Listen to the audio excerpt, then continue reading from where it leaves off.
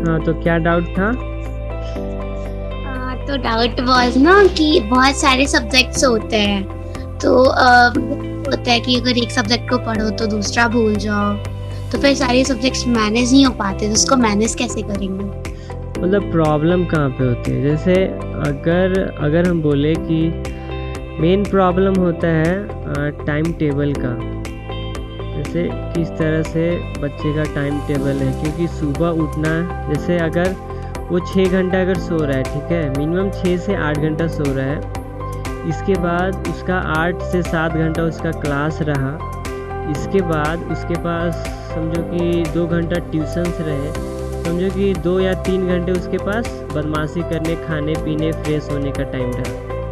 तो देखो कितना घंटा हो गया, मतलब 6 7 6 13, 13 2 15, 15 3 18, मतलब फिर भी आपके पास 6 घंटे हैं।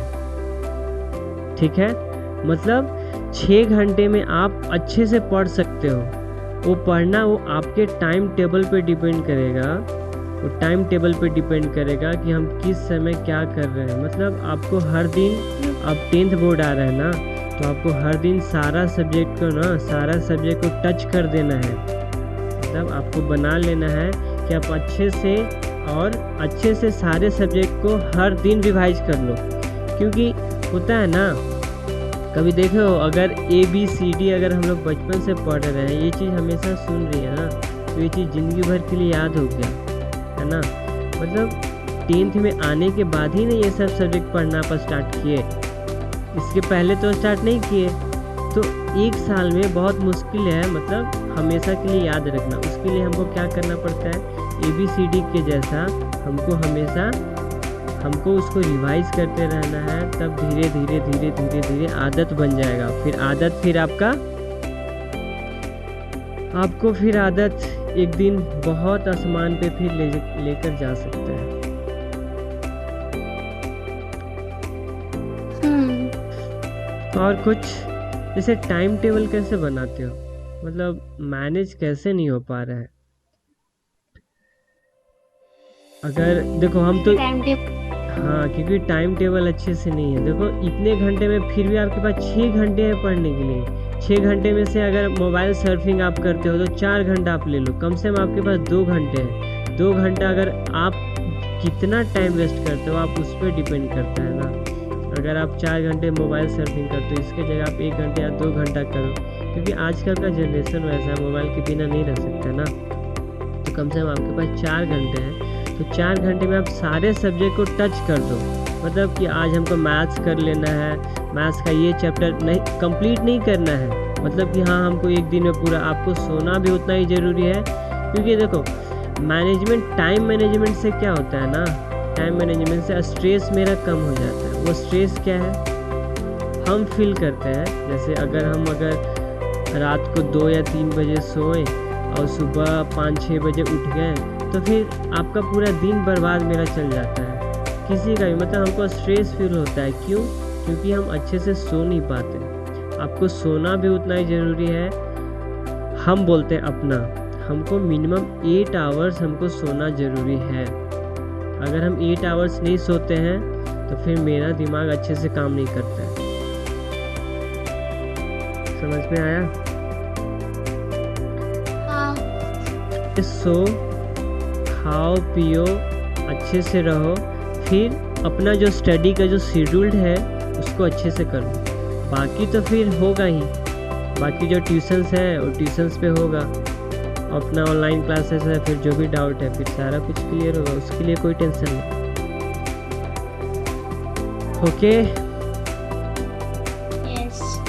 और कुछ प्रॉब्लम? हाँ, I mean which type of questions should be practiced more and more? अच्छा, तो देखो वहाँ पे आपके माइंड्स पे डिपेंड करते हैं।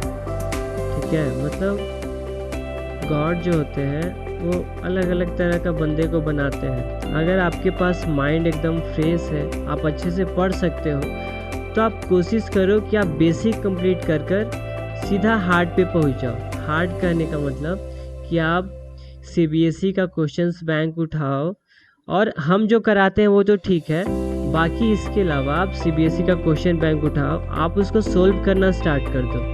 मतलब आज हम एक क्वेश्चन किए, कल ट्राई करेंगे, कल हम 2 क्वेश्चन करेंगे, कल 3 क्वेश्चन करेंगे, क्योंकि अभी आपका निप्रा एकेडमी पे आपका सारा कंप्लीट हो गया है, मतलब सिलेबस लगभग मैथ्स में सिर्फ बचा हुआ है। तो लगभग आप मतलब अगर आप एक सीबीएसई का बोर्ड पेपर अगर आप उठा कर देखो तो कम से कम आप 70 या 60% आप मार्क्स ला सकते हो कि नहीं, अगर सिलेबस अगर कंप्लीट है तो।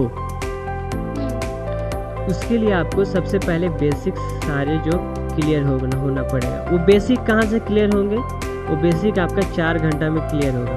मतलब आपको क्वेश्चंस नहीं बनाने हैं। जैसे एपी हुआ, एपी का ये मतलब सम का है, ये मेरा ऐसे एन का फार्मूला है, ये मेरा ये का फार्मूला, ये मेरा ए का फार्मूला, ये मेरा बेसिक हुआ। आप इसको सोल्व करो, फिर अपना दिमाग फिर आप अपने बोर्ड के क्वेश्चंस पे लगाओ। ये सही तरीका हुआ। मतलब आपको हर दिन क्वेश्चन टच कर देना है। क्वेश्चन टच कर देने से क्या होता है ना कि आपको रिकैप हो जाएगा वो चीज़। रिकैप होने का मतलब कि धीरे धीरे माइंड आपको उस चीज़ में ढल जाएगा। समझ में आया? जैसे एक छोटा सा एग्जांपल, जो एक बंदा नहीं पीता है, जैसे वो अल्कोहलिक नहीं है, उसको एक दोस्त एक बार पिला दिया, फिर ट्राई किया, फिर एक दिन आप देखोगे कि वो एक बोतल पूरा चढ़ा लेगा बंदा। वो होता है कि उस चीज़ में जाने के बाद अगर आप थोड़ा सा किए, फिर थोड़ा सा किए, फिर थोड़ा सा किए, तो वो आपको आदत बन जाता है। आप अच्छे चीज़ करो तो अच्छा आदत बनेगा, बुरा चीज़ करो तो बुरा आदत बनेगा। तो आप धीरे धीरे कोशिश करो कि आज एक क्वेश्चंस बनाएं। दो आपको डिपेंड करता है आप किस तरह से टाइम मैनेजमेंट करते हो, आप किस तरह से पढ़ते हो। जैसे आपका क्लास हुआ, क्लास में आपको लीजर पीरियड है, तो फिर आप क्वेश्चंस बना लो जैसे हम करते हैं। हम जो क्लास का चीज़ है ना वो क्लास में ही छोड़ देते हैं, मतलब क्लास में ही पूरा कर देते हैं। सर जो भी पूछे वहाँ पे सारा कुछ क्लियर। हमको यहाँ आकर मतलब खुद का वो चीज़ हमको रिवाइज करने का ज़रूरत नहीं पड़ता है। हम क्लास का चीज़ क्लास में ख़त्म। फिर घर आते हैं तो घर पे बस सेल्फ स्टडी, जो भी अपना रिवीजन हो, खुद का क्वेश्चंस है, हम उस पर टाइम वेस्ट करते हैं। फिर दूसरा एक बंदा होता है जिसके पास उतने अच्छे से दिमाग नहीं होते हैं, क्योंकि भगवान सारे को एक जैसा दिमाग नहीं देता है। तो उसके लिए उसको क्या करना पड़ेगा? उसके लिए उसको तो बेसिक तो पढ़ना ही है। बेसिक के साथ क्लास का नोट्स जो भी है, क्लास में जो भी क्वेश्चंस हुए हैं उस पर ध्यान देना है। ट्यूशन्स आप कहीं जा रहे हो तो उस पर ध्यान देना है। अगर ट्यूशन्स का क्वेश्चंस हो गए, क्लास का क्वेश्चंस हो गए, तो फिर आप बुक्स का क्वेश्चंस उठाओ। और बुक का क्वेश्चन उठाने के बाद फिर सीबीएसई का क्वेश्चन उठाओ। आप देखो 100 to 200% क्वेश्चंस बनने लगेंगे, क्योंकि क्लास का जो नोट्स होता है और फिर ट्यूशन का जो नोट्स होता है। जैसे हम अभी एसएन का कराने फार्मूला कराने के बाद कुछ क्वेश्चन करा देते हैं, तो एक क्वेश्चंस करने के बाद आपको क्लियर हो जाएगा कि हाँ एसएन का मेरा ऐसे ऐसे फार्मूला होता है, ऐसे बनता है, तो क्लियर हो जाएगा। फिर ये आने के बाद फिर आप बुक का क्वेश्चंस कर सकते हो।